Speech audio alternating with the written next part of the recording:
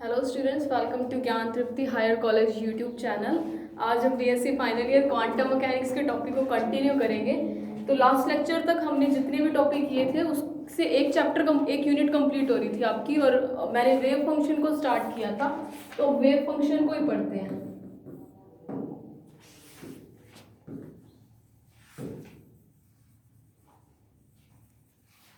यानी कि तरंग फलन। लास्ट लेक्चर तक हमने इतना देखा था कि जिस तरीके से क्लासिकल मैकेनिक्स में, फिजिक्स में सिर्फ हमने अगर आपने लास्ट वीडियो देखी तो आपको इतना पता होगा कि मैंने वेव फंक्शन की डेफिनेशन या वेव फंक्शन की बारे में आपको थोड़ा सा बताया था। आज उसको थोड़ा सा कंटिन्यू करेंगे और आगे चलेंगे।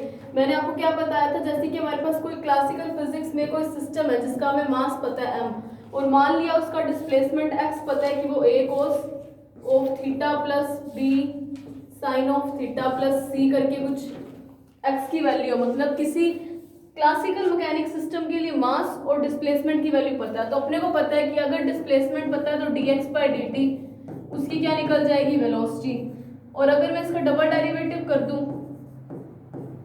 dt² तो उसका एक्सीलरेशन। अगर मेरे पास उसका एक्सीलरेशन है तो F = m में भी उसके ऊपर लगने वाला फोर्स भी निकाल सकते हैं। और अगर मुझे मास पता है और वेलोसिटी पता है तो P = mv भी मैं यूज कर सकती हूँ। और न्यूटन्स लॉ F = dp/dt, एक ही बात हुई वैसे तो ये सब चीजें हम पता कर सकते हैं किससे, क्लासिकल मैकेनिक्स में, सिर्फ इन दो चीजों से।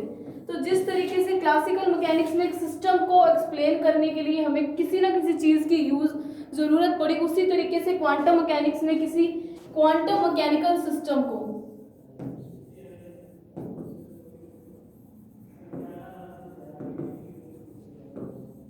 एक्सप्लेन करने के लिए हमें किसी ना किसी चीज की जरूरत पड़ेगी। और वही चीज जो थी जो क्वांटम मैकेनिकल सिस्टम को एक्सप्लेन कर सकती थी वो था वेव फंक्शन, जिसको साई से डिनोट करते हैं। वैसे wave function Sai r, t का फंक्शन होता है, जहां r क्या होता है, r वेक्टर होता है। मतलब ये r एक तरीके से जो x, y और z तीनों डायरेक्शन को शो करता है, और t क्या होता है, यहाँ पे टाइम होता है। तो जिस तरीके से क्लासिकल मैकेनिक सिस्टम में हमें किसी क्वांटिटी की जरूरत पड़ी थी जो पूरे सिस्टम को एक्सप्लेन कर सकता था, हमें क्या मिला था इनिशियली, हमें सिर्फ डिस्प्लेसमेंट मिला था और मास मिला था।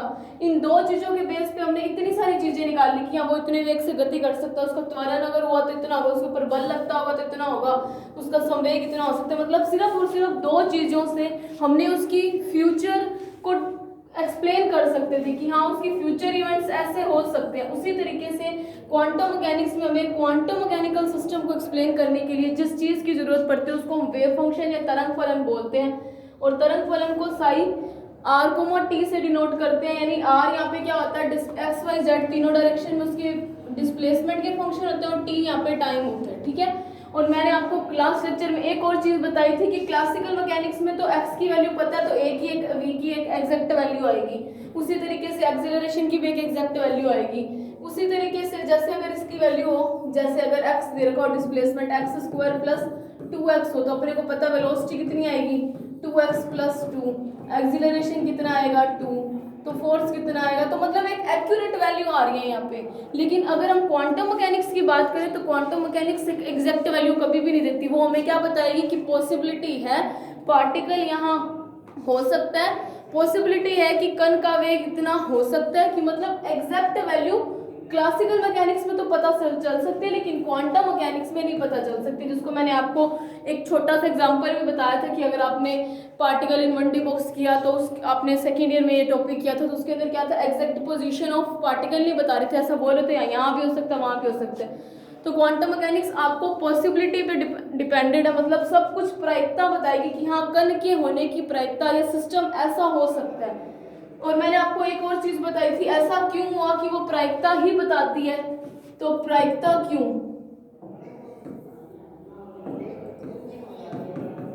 तो इसका रीजन क्या था हमारे पास, देखो इसका रीजन हमारे पास क्या था, मैटर पार्टिकल, मैटर पार्टिकल क्या मैंने आपको लास्ट लेक्चर में बताया, मैटर पार्टिकल से एसोसिएटेड क्या होगी, एक वेव होगी जिसको क्या बोलेंगे, मैटर वेव।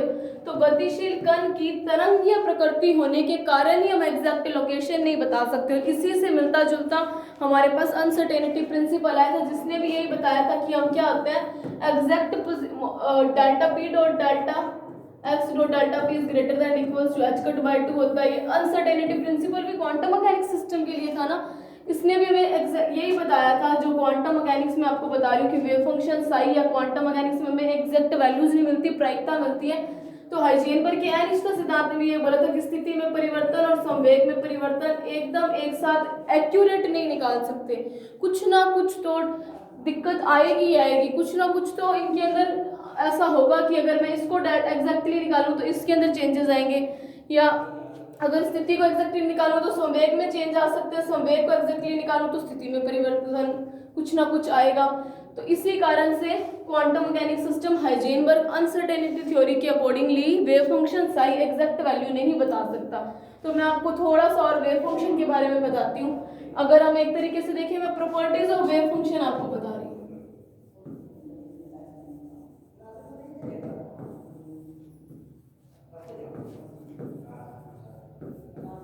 तरंग फलन की प्रकृति नहीं, प्रॉपर्टीज, ठीक है। अभी तक हमने सिर्फ तरंग फलन के बारे में हमें इतना पता चला कि क्वांटम मैकेनिकल सिस्टम को एक्सप्लेन करने के लिए हमें जिस चीज की जरूरत पड़ेगी वो होगा तरंग फलन, जिसको शो करते हैं साई आर कोमा टी से। और एक क्वांटम मैकेनिक्स के बारे में हमें एक और चीज पता है कि क्वांटम मैकेनिक्स क्या कभी भी एग्जैक्ट लोकेशन नहीं बताती, वो हमेशा प्रायिकता बताएगी कि कण के होने की प्रायिकता इतनी है या यहाँ पर हो सकता है। तो क्वांटम मैकेनिक्स के बारे में हमें सिर्फ इतना पता तरंग फलन के बारे में कि एक क्वांटम मैकेनिकल सिस्टम को एक्सप्लेन करने के लिए तरंग फलन साई की जरूरत होती है, जिसको साई आर कोमा टी से एक्सप्लेन करते हैं ना। अब इसकी प्रॉपर्टीज देखते हैं थोड़ा सा, एक बार आपको मैं बताती हूँ। जैसे साउंड वेव होती है, जब मैंने आपको डी ब्रोगली, अगर आपने डी ब्रोगली हाइपोथेसिस वाला मेरा लेक्चर देखा तो आपको पता होगा कि मैंने आपको क्या बताया था कि एक कण है, डी ब्रोगली ने कहा इसकी द्वैत प्रकृति होनी चाहिए, कैसे वो तरंग और कण दोनों की तरह बिहेव करना चाहिए, है ना। यही डी ब्रोगली ने बताया था ना। और डी ब्रोगली ने क्या कहा था कि गतिशील कम द्रव्यमान वाले, अगर आपने लास्ट लेक्चर देखे हो डी ब्रोगली हाइपोथेसिस वाले तब तो आपको ये चीजें आती हैं। उसने क्या बोला था कि कम द्रव्यमान वाले गतिशील कण से संबद्ध एक तरंग होगी। मैंने आपको कैसे बताया था कि अगर ये पार्टिकल मूव कर रहा है तो इसके ये मूविंग पार्टिकल के चारों ओर गाइडेड एक वेव जरूर होगी, या ये moving particle enclosed bye a wave होगा, या गतिशील कण से संबद्ध एक तरंग होगी। ये इसने बोला था डी ब्रोगली ने। डी ब्रोगली ने तरंग के बारे में क्या बोला था, उस तरंग को हम क्या बोलेंगे, मैटर वेव, है ना। और उसने क्या बोला था कि ये क्या, ना तो ये कोई साउंड वेव है, मटेरियल वेव है, माध्यम तरंग है, जैसे ट्रांसवर्स या लॉन्गिट्यूडनल नहीं है, और ना ही ये किसी इलेक्ट्रॉन या किसी प्रोटॉन या किसी चार्ज पार्टिकल के ऑसिलेशन से प्रोड्यूस हुई है। ये सिर्फ और सिर्फ गतिशील कण के साथ चलने वाली एक तरंग है। तो देखो अब अपने को पता है जो मटेरियल वेव्स का एक अपने पास एग्जांपल है जिसके बारे में हमने 11th क्लास में पढ़ा था, साउंड वेव्स। अपने को पता है कि अगर मैं बोल रही हूँ, मेरी आवाज आप तक पहुंच रही है, इसका रीजन क्या है, या किसी भी मेरे सामने बैठे पर्सन को मेरी आवाज सुन रही है, उसका रीजन क्या होता है कि मीडियम के अंदर जो एयर है उसके प्रेशर के अंदर कुछ चेंजेस आ रहे हैं, और प्रेशर के अंदर चेंजेस के कारण ही वो वेव्स, मेरे बोलने से जो साउंड वेव्स है वो उस पर्सन तक पहुंच रही है ना। तो मतलब साउंड वेव्स का प्रोपागेशन किसके कारण हुआ, प्रेशर चेंज के कारण। इसी तरीके से जो लाइट वेव्स होती हैं उनका प्रोपागेशन किसके कारण होता है, ईएम फील्ड के चेंज के कारण। यही होता है ना, लाइट वेव्स जो तरंगे होती हैं, प्रकाश तरंगे, अगर वो गतिशील हैं तो ऐसे होता है ना। एक तो ये फिनोमिना होता है जैसे कि लाइट वेव्स है, प्रकाश तरंग है, प्रकाश तरंग से एसोसिएटेड एक फील्ड होगा जिसको क्या बोलते हैं, ईएम फील्ड। आपने ये चीजें पढ़ी हुई हैं। तो और ईएम फील्ड के अंदर चेंज के कारण ही क्या मिलता है, ईएम वेव्स। अगर मैं एक और चीज आपको बता रही हूँ, वेव क्या होती है, तरंग क्या होती है। सबसे पहले तो तरंग एक तरीके का कुछ भी नहीं होता, ये सिर्फ और सिर्फ एक तरीके का डिस्टर्बेशन होता है। मतलब डिस्टर्बेशन कैसे होता है, जैसे क्या हुआ, एक तरीके की डिस्टर्बेशन है कि अगर डिस्टर्बेंस है, ये देखो कैसे ये डिस्टर्बेंस है, कि एक रस्सी है, आप मान लो रस्सी को आपने क्या किया, ये जैसे एक नोब से ले ली, 2 या कील ले ली, जिसके सेंटर में क्या किया, एक रस्सी को बांध दिया। अब ये रस्सी स्टेबल है, जैसे इसको खींच के छोड़ेंगे रस्सी, तो रस्सी वेव्स की तरह मोशन करती है ना। मतलब इसके अंदर जब मैंने डिस्टर्बेंस प्रोड्यूस की तो हमें क्या मिली, वेव मिली। और एक और एग्जांपल लेते हैं रस्सी के अलावा, पानी है, ठीक है, किसी तालाब के अंदर या किसी नदी के अंदर पानी एकदम स्टेबल पड़ा, पानी के अंदर जैसे ही पत्थर फेंकोगे पत्थर उछलता है और पानी की क्या होती है, ऐसे सर्कुलर वेव्स मिलती है पानी के अंदर, है ना। और ये भी क्या वेव है, और ये वेव प्रोड्यूस कैसे हुई, डिस्टर्बेंस के कारण ही प्रोड्यूस हुआ ना। कैसे डिस्टर्बेंस हुआ, पत्थर फेंका, स्टेबिलिटी के अंदर क्या हुआ, डिस्टर्बेंस हुआ, जिसके कारण हमें वेव मिली। तो वेव्स एक तरीके का कुछ भी नहीं होता, सिर्फ और सिर्फ एक डिस्टर्बेंस होता है वेव। और साउंड वेव क्यों ट्रैवल करती है, प्रेशर चेंज के अंदर, ये आपने 11th क्लास में पढ़ा हुआ है आप अपनी। अब देखो अब आपको मैं थोड़ा सा और इसके बारे में बताती हूँ।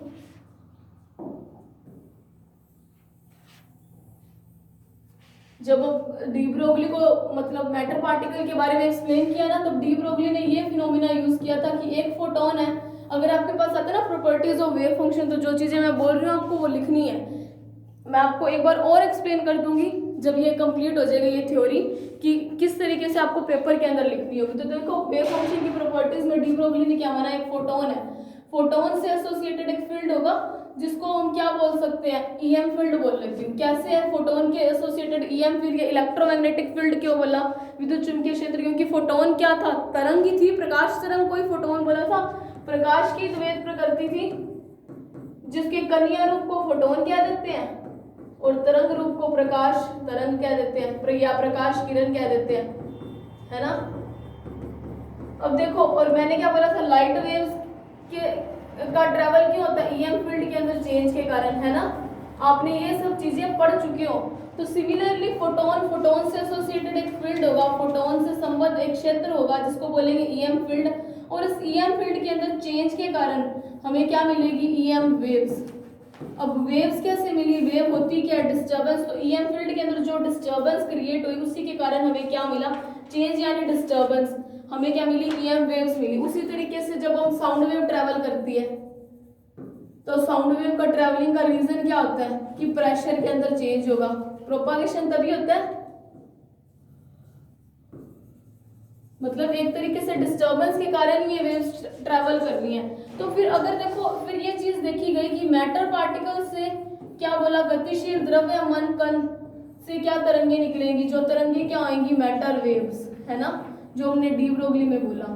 तो इसने क्या माना कि अगर एक कण है, द्रव्य कण, तो द्रव्य कण से संबंध एक क्षेत्र भी होना चाहिए, जैसे फोटोन से संबंध एक क्षेत्र ईएम फील्ड हुआ, तो उसको एक पर्टिकुलर नाम दिया गया जिसको बोला मैटर फील्ड, द्रव्य क्षेत्र। क्या बोल रहे हैं, अभी तक मैंने आपको क्या बताया कि एक फोटोन है, फोटोन से संबंधित एक क्षेत्र होगा ईएम फील्ड, और इस ईएम फील्ड के अंदर चेंज के कारण की क्या बनी, ईएम वेव्स मिली। क्यों चेंज के कारण वेव्स मिली, जैसे मैंने आपको 2 एग्जांपल दिए, पत्थर फेंका पानी के अंदर, डिस्टर्बेंस या चेंजेस के कारण ही वेव मिली थी। सेम ईएम फील्ड के अंदर चेंज करेंगे तो हमें क्या मिलेगी, वेव मिलेगी। तो डी ब्रोगली ने जो मैटर पार्टिकल यानी क्वांटम फिजिक्स के अंदर जो कण की द्वैत प्रकृति को बताया उसने क्या माना था कि उस कम द्रव्यमान वाले कण को एक स्पेशल नाम दिया था जिसको उसने बोला था द्रव्य कण, है ना।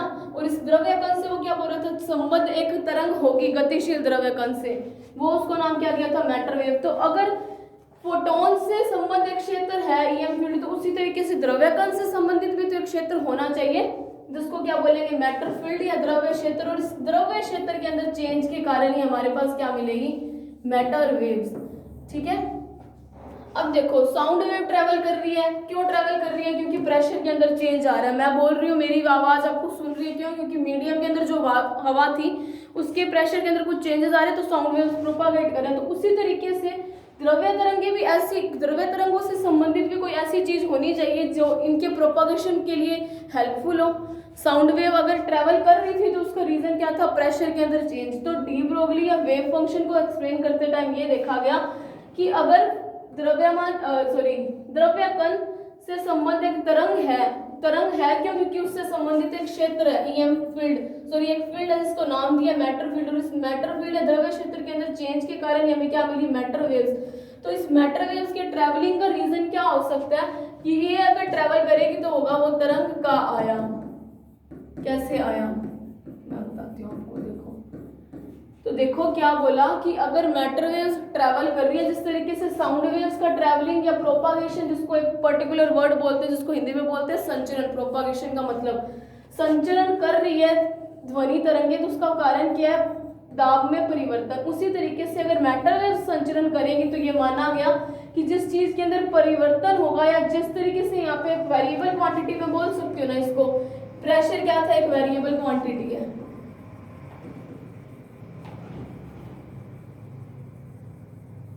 जिसको हिंदी में बोलते हैं चर राशि। साउंड वेव की ट्रैवलिंग के लिए चर राशि कौन सी है, दाब। उसी तरीके से ये माना कि मैटर वेव्स के यानी द्रव्य तरंगों के संचरण के लिए जो चर राशि होगी, वेरिएबल क्वांटिटी, वो होगा आयाम। अब देखो तब ये एक्सप्लेन किया था, ये वेव फंक्शन के बारे में हमें इतना बताया था कि जिस तरीके से फोटोन से संबंधित एक क्षेत्र ईएम फील्ड होगा और ईएम फील्ड में परिवर्तन के कारण ईएम वेव्स मिलेगी, उसी तरीके से द्रव्य कण से संबंधित एक क्षेत्र होगा जिसको नाम दिया गया द्रव्य क्षेत्र, और इस द्रव्य क्षेत्र के अंदर परिवर्तन के कारण हमें द्रव्य तरंगे मिलेंगे। और जिस तरीके से साउंड वेव्स के ट्रैवल के लिए हमें प्रेशर जो होता है वो वेरिएबल क्वांटिटी का काम करती है, इसीलिए साउंड वेव्स या ध्वनि तरंगे संचरण करती है। उसी तरीके से द्रव्य तरंगे अगर संचरण कर रही है तो उसका रीजन क्या होगा, आयाम में परिवर्तन। तो देखो जो हमारी क्वांटम फिजिक्स है वो किस पे बेस्ड है, कि वो मानती है कि ये पॉसिबिलिटी बताती है एग्जैक्ट लोकेशन ऑफ पार्टिकल, या एग्जैक्ट चीजें नहीं बताएगी, एग्जैक्ट लोकेशन ऑफ पार्टिकल या exact velocity of particle, exact acceleration of particle, accuracy के साथ एक एग्जैक्ट चीज नहीं बताएगी, वो हमें सिर्फ और सिर्फ प्रायिकता बताएगी। तो जिस तरीके से हमने पीछे देखा कि साउंड वेव साई, जिसको मैंने साई आर कोमा टी से शो किया, इसको मैंने ये मैटर वेव से एसोसिएटेड एक मानिए द्रव्य तरंग है जिसका तरंग फलन साई है। तो द्रव्य तरंग का प्रोपागेशन या संचरण का कारण क्या है, संचरण होगा तो वो एक चर राशि के कारण होगा। जितना हम पीछे की क्लासेस में 11th 12th and all that classes में हम देख रहे थे कि अगर साउंड वेव्स ट्रैवल कर रही हैं तो प्रेशर के अंदर चेंज, लाइट वेव्स ट्रैवल कर रही हैं ईएम फील्ड के अंदर चेंजेस हो रहे हैं, तो मतलब कोई ना कोई वेरिएबल क्वांटिटी आनी चाहिए। तो जो मैटर वेव्स है उनके लिए वेरिएबल क्वांटिटी क्या है, आयाम, जिसको बोलते हैं एम्पलीट्यूड। तो देखो आयाम में परिवर्तन का क्या माना गया कि ये मानिए एक वेव है, ठीक है, इसका मान लिया मैं विड्थ जो होती है वो बार बार कम होती जा रही है, एक मतलब प्रॉपर वेव है ऐसे मान लो, ठीक है। और इस वेव का जहाँ पे आयाम है ये इसके एम्पलीट्यूड होते हैं ना, मतलब मैक्सिमम लेंथ जितनी वो कवर कर रही है एक तरीके से इसका आयाम है।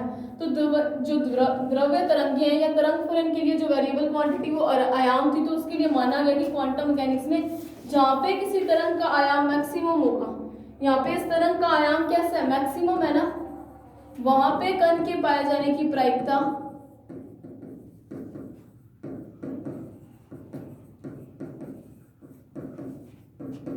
मैक्सिमम होगी, ठीक है।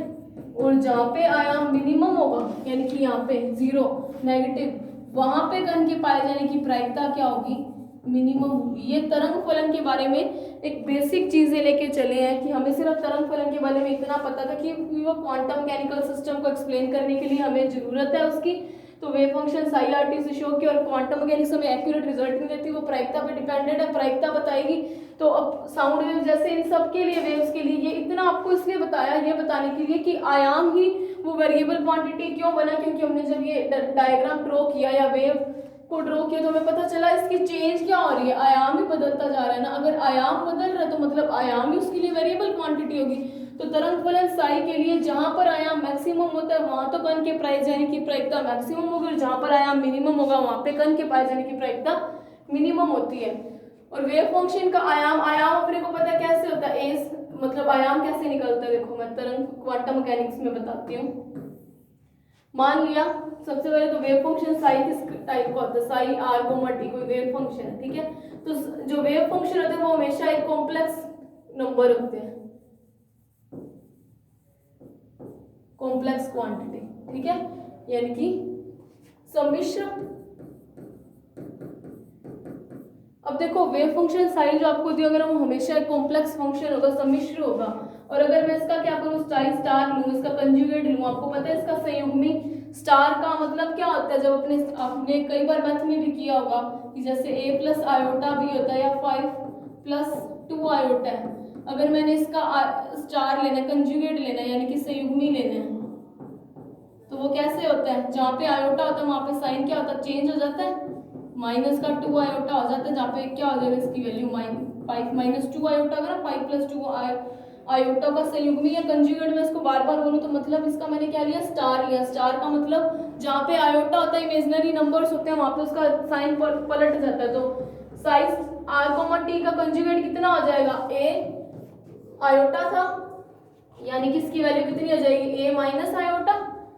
तो अगर इस वेव फंक्शन का, मैंने क्या बताया आपको, वेव फंक्शन साई कैसा होता है, कॉम्प्लेक्स क्वांटिटी होता है, और वेव फंक्शन का संयुग्मी यानी कि कंजुगेट कि क्या होगा, a माइनस आयोटा। अब इसी तरंग फलन का आयाम निकालना है, तो आयाम पता कैसे निकलता है साई का, Sai r, t into Sai star r, t, ये होता है तरंग फलन का आयाम, जिसकी वैल्यू कितनी आएगी, a plus iota b into a minus iota b।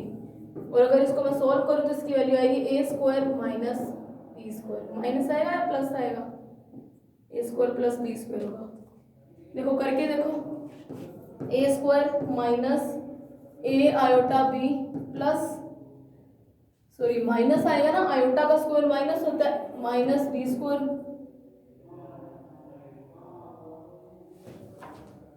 Plus a iota b, ये कैंसिल आउट हो जाएंगे ना दोनों, तो a square minus b square बनेगा ना इसका कंजुगेट।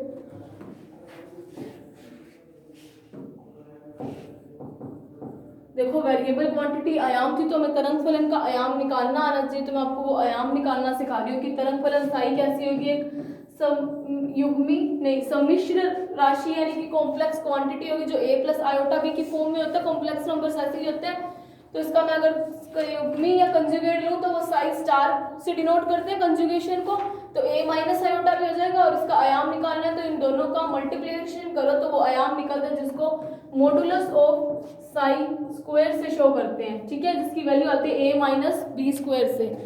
अब देखो आपको आगे बताती हूँ, इतना पता चला कि जो साई वेव फंक्शन है वो साई r, t था, जो कैसा था a प्लस आयोटा b। मैं इसको r, t की बजाय एक बार यही लिख रही हूँ, क्योंकि मैंने r और t के अंदर फंक्शन नहीं लिया। मैं एक बार आपको बता रही हूँ कि wave function Sai complex number होता है तो वो s है, और साई स्टार कितना होगा इसका, a माइनस आयोटा b, और इसका आयाम कितना आ जाएगा, modulus of psi square, a square minus b square के, a square minus b square के। तो मतलब एक चीज हमें पता चली तरंग के बारे में, और एक हमें पता चली है, ये मैं आयाम के लिए बता रही हूँ। देखो हमने क्या देखा, तरंग का आयाम कैसा हो रहा है, बदलता जाता है। हम तो ऐसी वेव से ड्रॉ करते हैं, है ना, अगर यहाँ पे अगर कोई r क्वांटिटी हो, r मतलब x y z किसी को शो कर रहा है, वेव प्रोपागेट करके, तो तरंग ऐसी होती है। तो मतलब उसका आयाम कैसा हो सकता है, तरंग का मैक्सिमम, मिनिमम, यानी पॉजिटिव और नेगेटिव दोनों टाइप का हो सकता है। ये नेगेटिव क्वांटिटी को शो कर रहे हैं, लेकिन देखो आयाम कितने हैं, मॉडुलस ऑफ का स्क्वायर, और इसकी वैल्यू अगर मॉडुलस लग जाता मतलब माइनस में वैल्यू ही नहीं आती, तो मतलब तरंग का जो आयाम होगा वो कैसा होगा, हमेशा पॉजिटिव आएगा। कम ज्यादा जरूर आ सकता है, जैसे यहाँ पे कम हो रहा है, उसी तरीके से आयाम कम या ज्यादा हो सकता है, लेकिन आएगा कैसा, हमेशा पॉजिटिव। अगर आपके पास तरंग फलन की प्रॉपर्टीज आए और तरंग फलन को समझाते हो, इसकी प्रॉपर्टीज को बताइए, तो आपको ये सारा करना है जैसे मैं आपको बोल रही हूँ। तो देखो, तो एक चीज हमें तरंग फलन के बारे में पता चली कि तरंग फलन के अंदर जो चर राशि है, तरंग फलन में चर राशि हमें क्या पता चली, आयाम। कैसे, हमने जब एक वेव का डायग्राम ड्रॉ किया तो हमें क्या पता चला, चेंज क्या होता जा रहा है, उसका आयाम, हर पॉइंट पे उसका आयाम अलग होगा ना, तो मतलब जो चर राशि होगी वो आयाम। दूसरी चीज हमें पता क्या चली, आयाम जो है वो पॉजिटिव और नेगेटिव कुछ भी हो सकता है ना, पॉजिटिव या नेगेटिव। लेकिन प्रायिकता कैसे पता चली हमें, प्रायिकता थी क्या, मॉड्यूलस ऑफ साई स्टार, इन दोनों का मल्टीप्लिकेशन किया, conjugate of Sai and Sai का a square minus b square आया। प्रायिकता कैसी आई हमारे पास, सिर्फ और सिर्फ पॉजिटिव, है ना। अगर तरंग फलन की प्रकृति के बारे में आए तो पहली चीज आप क्या लिखोगे कि तरंग फलन के लिए जो चर राशि होगी वो आयाम होगी। दूसरा पॉइंट क्या लिखोगे, अपने को पता है कि वेव फंक्शन साई कैसा होता है, a प्लस आयोटा b, तो इसका संयुग्मी लेने पर a माइनस आयोटा b बन जाएगा। Modulus of psi star square is equal to प्रायिकता, कण के पाए जाने की प्रायिकता को ही बता रहा है। इसकी वैल्यू क्या है, a square minus b square, और ये हमेशा कैसी आएगी, पॉजिटिव वैल्यू आएगी। जो आप ये दो डायग्राम ड्रॉ करके भी दिखा सकते हो कि देखो यहाँ पे आयाम प्लस 0 माइनस, या इसकी वैल्यूज बदलती जा रही है, लेकिन देखो जो प्रायिकता क्या वो नीचे वाली डायरेक्शन में माइनस एक्स में आई, क्या माइनस वाई में नहीं आई ना, मतलब प्रायिकता हमेशा पॉजिटिव। और कैसे ड्रॉ किया, ये मॉड्यूलस ऑफ साई स्क्वायर से। जब पे मोड लग जाए तो मतलब नेगेटिव वैल्यूज आती ही नहीं है। तो दो चीजें यहाँ पे हमें, दो प्रॉपर्टीज पता चली तरंग फलन के बारे में। तीसरी प्रॉपर्टी क्या होती है, तरंग फलन कैसा होता है, सिंगल वैल्यूड होता है, एक मानी, जिसको आप लिखोगे तरंग फलन क्या होगा, एक मानी होगा। कैसे एक मानी है, मान लिया कि ये कोई वेव है, जैसे कि आपने किसी क्वांटम मैकेनिक्स वेव फंक्शन के लिए आपने एक वेव ड्रॉ किया डायग्राम, मतलब उसका तरंग फलन निकालने के बाद उसका तरंग आरेख खींचा, तो आपको पता चलेगा ये x और t के बीच में, कैसे साई r कोमा t के बीच में होता है ना, साई r ऐसा होता है वेव फंक्शन, r और t का फंक्शन, तो मान लीजिए r, ठीक है।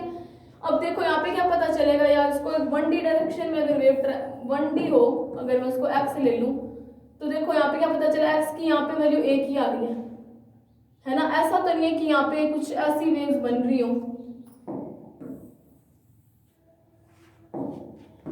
अगर वेव फंक्शन ऐसा होता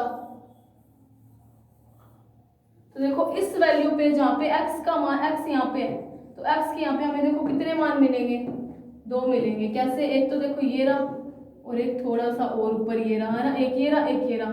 तो मतलब इस तरीके का वेव फंक्शन तरंग फलन ऐसा कभी नहीं होगा जहाँ पे एक ही पॉइंट पे x की दो अलग अलग वैल्यूज आए। जैसे कि यहाँ पे लूँ तो यहाँ पे एक x की वैल्यू यहाँ पे आ रही है और एक यहाँ पे आ रही है, तो मतलब वेव फंक्शन साई एक सिंगल वैल्यूड होगा, कि मतलब एक पॉइंट पे x का सिर्फ एक ही मान आ सकता है। x के ऊपर कुछ ऐसा वेव फंक्शन नहीं आएगा कि x के 2 मान है, जैसे यहाँ पे भी इसका एक पर्टिकुलर वैल्यू, यहाँ पे भी एक पर्टिकुलर वैल्यू है ना। और दूसरी तीसरी होगी, ये चौथी प्रॉपर्टी इसका लिखेंगे, वो होगा ये एक कॉन्टिन्यूस फंक्शन होगा। तरंग फलन कॉन्टिन्यूस होता है। कैसे कॉन्टिन्यूस होता है, वेव फंक्शन जब आप जब तरंग आरेख खींचोगे तो आपको अगर मतलब खींचे तो ऐसा आरेख मिलेगा, कभी भी ऐसा आरेख नहीं मिल सकता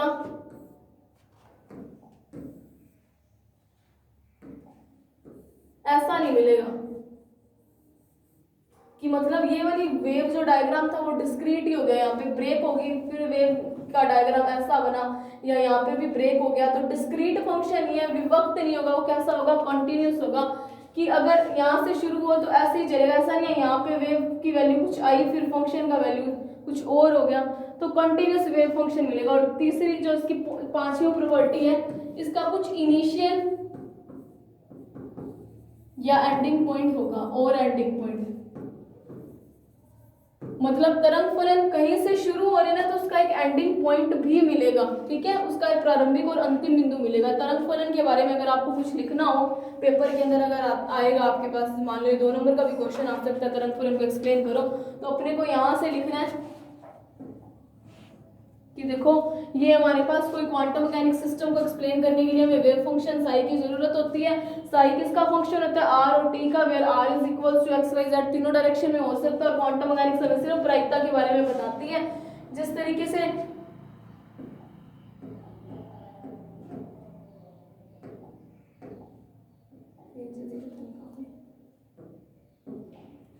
तो जिस तरीके से अपने को क्या मिलना था, साउंड वेव क्यों ट्रैवल कर रही थी, प्रेशर के अंदर चेंज के कारण, उसी तरीके से मैटर वेव्स क्यों ट्रैवल करेंगी, आयाम के अंदर चेंज के कारण। उसके बाद मैंने आपको बताया था कि वेव फंक्शन साई कैसा होता है, a प्लस आयोटा की फॉर्म में होगा, तो प्रायिकता कैसी होगी, modulus of psi square a Sai star का मल्टीप्लिकेशन होगा जो a square minus b square का होगा। आयाम प्लस और माइनस दोनों हो सकते हैं, और प्रायिकता हमेशा सिर्फ और सिर्फ पॉजिटिव आएगी। और दूसरा क्या माना था, सिंगल वैल्यूड आएगी, एक मान मिलेगा।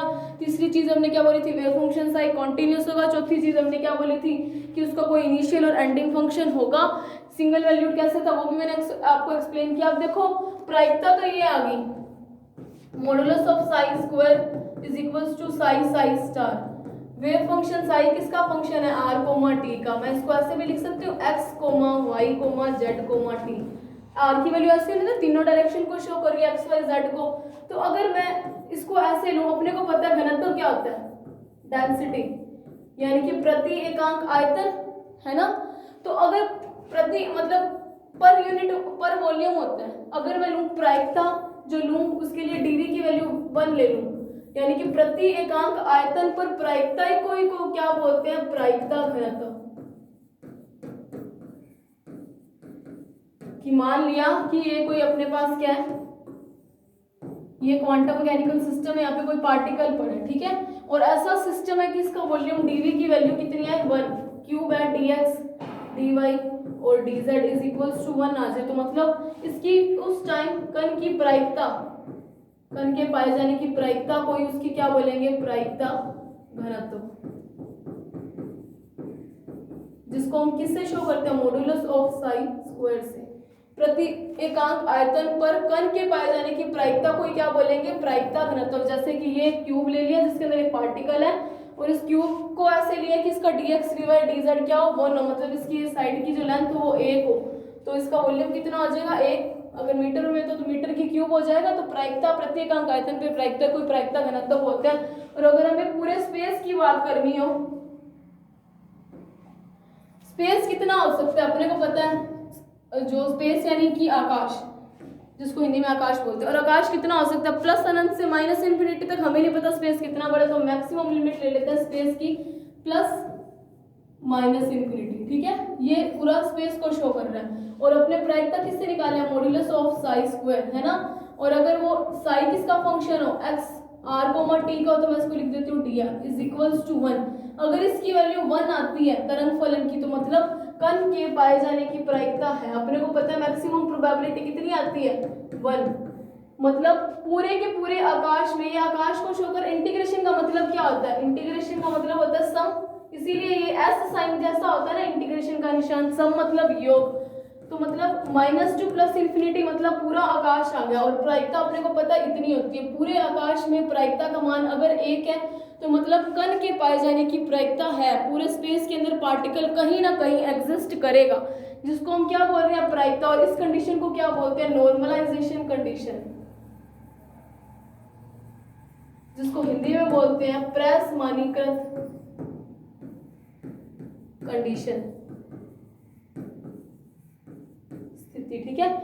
और अगर इसी इंटीग्रेशन की value plus minus infinity showing the whole space, modulus of psi square D R ले लिया, अगर इसकी वैल्यू 0 आती है, मतलब अगर प्रोबेबिलिटी की वैल्यू 0, मतलब पूरे के पूरे आकाश में कण उपस्थित ही नहीं है, कण की अनुपस्थिति को शो करेगा अगर इसकी वैल्यू 0 आई, ठीक है। अगर इसकी वैल्यू 1 आती है, तो मतलब कण कहीं ना कहीं पूरे स्पेस में एग्जिस्ट कर रहा है, और इसको बोलते हैं नॉर्मलाइजेशन कंडीशन। आपको याद रखनी है कि अगर आपसे पूछे कि नॉर्मलाइजेशन कंडीशन क्या होती है, तो ये आप प्रसमानीकृत स्थिति बताइए, ये 2 नंबर के लिए आपके पास आ सकता है। उसके लिए क्या वैल्यू होती है, प्रोबेबिलिटी पूरे आकाश में, पूरे स्पेस में उसकी प्रायिकता कितनी हो, 1 हो, तो उसको बोलते हैं नॉर्मलाइजेशन कंडीशन। और इसको 0 तो उसको ऑर्थोनॉर्मल बोलते हैं, आगे आएगा।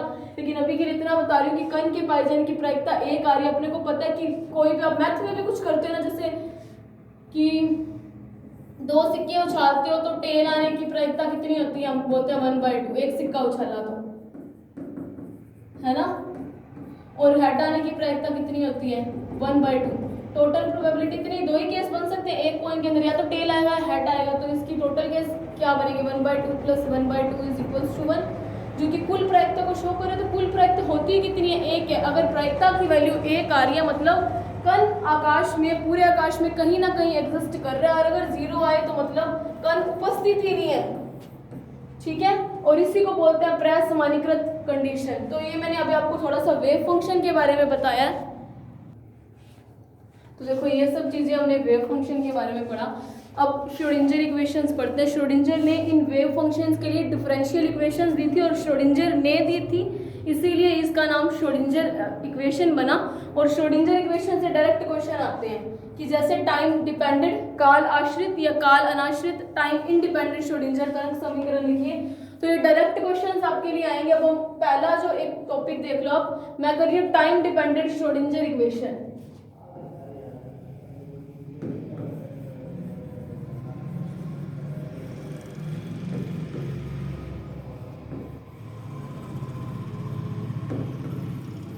यानी कि टाइम डिपेंडेंट मतलब काल आश्रित।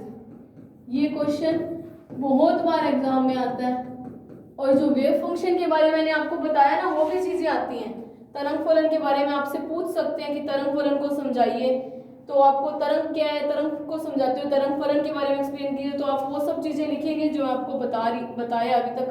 Properties of wave function, single valued, और ये सब कुछ continuous, amplitude can be positive और negative anything but probability will always be positive, single valued आएगा, कॉन्टिन्यूअस फंक्शन आएगा, और इनिशियल और कुछ एंडिंग पॉइंट्स होंगे। और एम्पलीट्यूड निकालते कैसे, मॉड्यूलस ऑफ साई स्क्वायर से, और वेव फंक्शन साई कैसा है, कॉम्प्लेक्स नंबर होगा या कॉम्प्लेक्स क्वांटिटी। तो ये सब चीजें आपको लिखनी है। और आप जब तरंग के बारे में बताएंगे तो उसका ये वाला डायग्राम भी बना सकते हैं, जब पॉजिटिव नेगेटिव लिखेंगे कि आयाम ऐसा वैसा, मतलब कम या ज्यादा हो सकता है लेकिन वैल्यू हमेशा पॉजिटिव ही आएगी। और जो प्रायिकता की, और आयाम कैसा आता है, पॉजिटिव या नेगेटिव और जीरो, मतलब प्लस और माइनस कुछ भी हो सकता है। ठीक है, तो अभी हम कर रहे हैं टाइम डिपेंडेंट श्रोडिंजर इक्वेशन।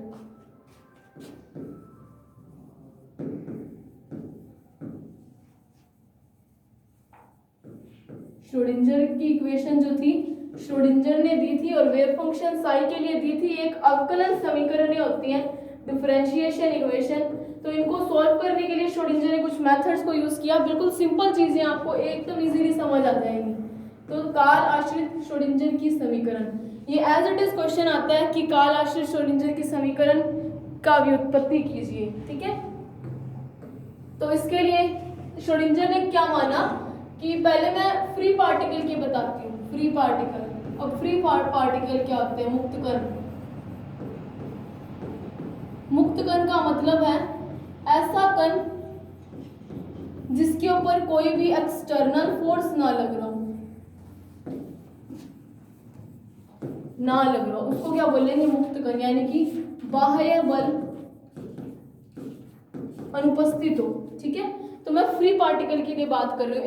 एक चीज आपको बताती हूँ कि हमने जड़त्व का नियम या इनर्शिया वाला लॉ पढ़ा है कि अगर कोई वस्तु गतिशील है, न्यूटन का जड़त्व का नियम पढ़ा है, अगर गतिशील है तो गतिशील रहेगी जब तक उस पर कोई बाह्य बल ना लगाया जाए, और अगर स्थिर है तो स्थिर रहेगी जब तक उसके ऊपर कोई बाह्य बल ना लगाया जाए, है ना। ये चीज हमने पढ़ी है ना। तो अब हम सिर्फ और सिर्फ फ्री पार्टिकल के लिए पढ़ेंगे। मैंने आपको ये लाइन क्यों बोली, इसका यूज मैं आपको बाद में बताऊंगी। तो देखो एक बार फ्री पार्टिकल के लिए देखते हैं कि श्रोडिंजर टाइम डिपेंडेंट इक्वेशन। काल आश्रित मतलब जो इसकी, मैंने क्या बोला था, श्रोडिंजर ने कैसे समीकरण दी, अवकलन समीकरण दिए, डिफरेंशिएशन इक्वेशंस दिए। तो मतलब अगर उसके अंदर टाइम आ रहा हो डिफरेंशियल इक्वेशन के अंदर किसी भी फॉर्म में d/dt या कुछ भी करके, अगर टाइम आ रहा तो वो टाइम डिपेंडेंट है, और अगर इक्वेशन के अंदर टाइम नहीं होगा तो मतलब टाइम इंडिपेंडेंट इक्वेशन होगी। ठीक है, तो टाइम डिपेंडेंट इक्वेशन कर रहे हैं। तो श्रोडिंजर ने क्या माना, मान लिया कोई पार्टिकल है वो x डायरेक्शन में मूव कर रहे हैं। ठीक है, एक कण है वो x डायरेक्शन में मूव कर रहा है, और मूविंग पार्टिकल से एसोसिएटेड एक वेव होती है। ये बात हमें डी ब्रोगली ने बताया। इसीलिए इसका तरंग फलन साई कैसा होगा, अपने को पता है वेव फंक्शन साई कैसा होता है, e की power iota kx minus omega T. हम वेव फंक्शन ऐसा ही पढ़ते हैं ना, e की power iota minus kx omega T. ये कॉम्प्लेक्स नंबर ही है, आयोटा की फॉर्म्स में आ रहा है। तो देखो ये वेव फंक्शन साई आया। ठीक है, इसको equation Schrödinger time dependent equation के लिए आप कैसे लिखोगे, मुक्त कण के लिए ये सीधा ऐसे भी आ सकता है कि derive the Schrödinger equation for a free particle time dependent Schrödinger equation. मुक्त कण के लिए करोगे तो माना एक कण x दिशा में गतिशील है जिसका तरंग फलन साई कुछ ऐसा आएगा, psi is equal to this. इसको ले लो equation number 1। Schrodinger time dependent कर रहे हैं, मतलब अवकलन समीकरण के अंदर टाइम का डेरिवेटिव ही मिलेगा। तो psi is equal to this, अपने को पता है, वी नो दैट, बिल्कुल इजी चीज है ये। एनर्जी E कितनी होती है, h न्यू। अगर मैं इसी को 2 पाई से ऊपर नीचे मल्टीप्लाई कर दूं, क्यों, क्योंकि मुझे ओमेगा चाहिए, और अपने को ओमेगा और न्यू में रिलेशन पता है क्या होता है, f is equals to 2 pi, omega is equals to 2 pi f होता है ना। Omega is equals to 2 pi nu या f होता है ना। मतलब मुझे ओमेगा की टर्म्स में लेके आना, इसीलिए मैंने 2 पाई का ऊपर नीचे मल्टीप्लाई किया, क्योंकि यहाँ पे हमारे पास क्या है, ओमेगा। तो h बाय 2 पाई हो जाएगा into 2 pi nu, that is h by 2 pi. मैं आपको लास्ट लेक्चर से बताती आ रही हूँ कि h कट की वैल्यू होती है h upon 2 pi into 2 pi new, यानी कि ओमेगा लिख लूँ e। तो यहाँ से मेरे पास ओमेगा की वैल्यू आ सकती है, omega is equals to E upon H cut आ गया, जिसको आप एच कट, कई लोग इसको एच कट या एच बार कुछ भी बोल सकते हैं, मैं इसको एच कट बोल रही हूँ, ठीक है।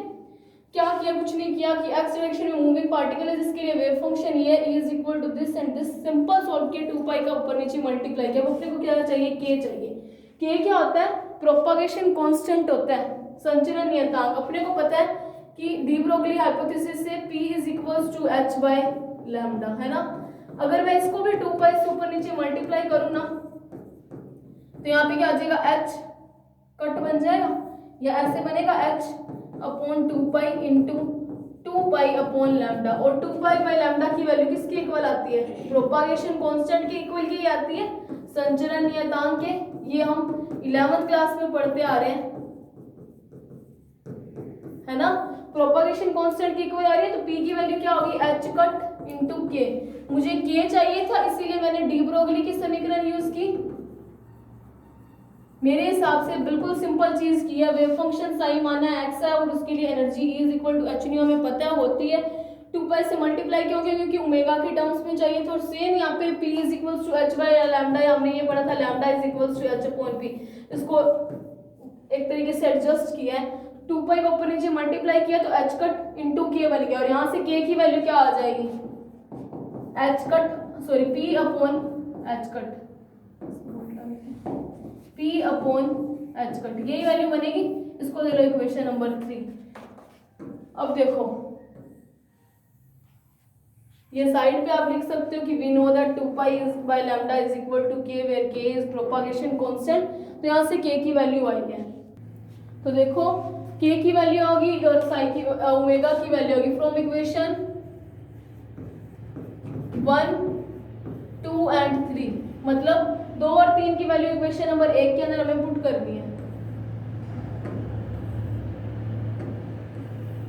तो वेव फंक्शन साई कैसा बनेगा, साई इज इक्वल्स टू ई की पावर आयोटा, के की वैल्यू क्या लिखी है, p अपॉन एच कट, ये इक्वेशन नंबर 3 में, इंटू एक्स माइनस, अगर वो सिर्फ एक्स डायरेक्शन में मूविंग होती, और अगर 3D होती तो यहाँ पे r आ जाता, y डायरेक्शन में मूव होती तो k y आ जाता, z डायरेक्शन में मूव होती तो k z लिख लेते। मैंने सिर्फ 1 dimensional time dependent Schrodinger equation कर रही हूँ for free particle, 1D time dependent Schrodinger equation for free particle, मुक्त कण के लिए, ठीक है। तो देखो यहाँ से साई की वैल्यू माइनस ओमेगा की वैल्यू हमने क्या निकाली, ई by H cut, E upon H cut into T. तो यहाँ से एच कट कॉमन आ गया, ई iota upon H cut bracket P X minus E T, यही चीज बनी इक्वेशन नंबर 4 साई। मैंने क्या बोला था, श्रोडिंगर की कैसी इक्वेशन है, अवकलनीय समीकरण है, टाइम डिपेंडेंट तो टाइम पे डिपेंड करेगी, तो इसीलिए बाय डिफरेंशिएटिंग, और मैंने इनको एक बार या 2 बार जितनी बार भी डेरिवेशन किया, इसका डेरिवेट लिया, उसका रीजन क्या, आप जब आगे इसको सॉल्व करोगे आपको पता चलेगा। By differentiating equation number 4 with respect to WRT, that is with respect to time, t time है ना, ये टाइम ही है, टाइम डिपेंडेंट थी तो टाइम से भी आएगा, d साई अपॉन dt, जिसको यहाँ पे डेल साई भी लिखा हुआ आ सकता है। तो ये पार्शियल डेरिवेशन है, इसलिए यहाँ पे डेल को शो करते हैं। अगर आपको डेल को करना है तो मैं यहाँ पे डेल को शो कर देती हूँ। पार्शियल डेरिवेशन हमें करना आता है, हमने बीएससी फर्स्ट ईयर में हमारे पास मैथ्स में पार्शियल डेरिवेशन, पार्शियल डिफरेंशिएशन की बुक लगी है।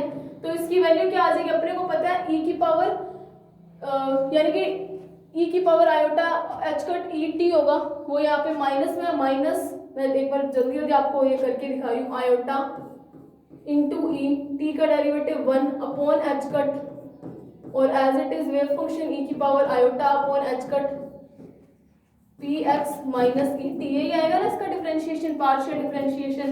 तो इसकी वैल्यू कितनी है, आयोटा ई अपॉन एच कट इंटू, इसको मैं क्या लिख सकती हूँ, साई लिख सकती हूँ फॉर इक्वेशन नंबर 4, ये चीज और ये सेम ही है, into psi that is X comma T, X comma T क्यों, क्योंकि सिर्फ एक्स डायरेक्शन में मूविंग होती है। ये कितना आया, del psi by del T. इसको दे लो equation number 5। Now double derivating equation number 4 with respect to x,